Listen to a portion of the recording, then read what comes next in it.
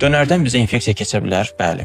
Birmənalı şəkildə keçə bilər. Ümumiyyətlə, dönərin hazırlanma qaydası tibb elminin tamamilə əleyhinədir. Parazitologiyanın, yoluxucu xəstəliklərin tamamilə əleyhinədir. Ümumiyyətlə, dönər çox riskli qidalardan sayılır. Çünki burada ət bütünlüklə tam bişmir. Burada ət təbəqə-təbəqə bişdiyinə görə onun bişməmiş hissəsi gün ərzində 30-60 dərəcə temperaturda qalır.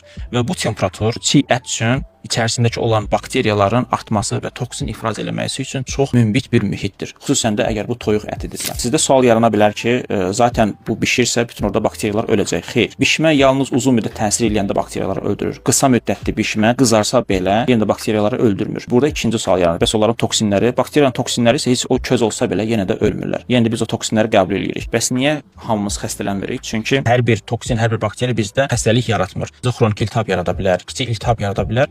Amma çox nadir hallarda xəstəlik yarada bilir. O da ki, gərək bizim immun sistemimiz o qədər zəif olsun ki, onlar xəstəlik yaratsın. Xəstəlik yaratmasa belə də, yenə də sizdə kiçik bir iltihablar olur, xronik iltihablar olur. Xüsusən də əgər toyuq ətidirsə, daha çox sizdə iltihab yaranma ehtimalı var.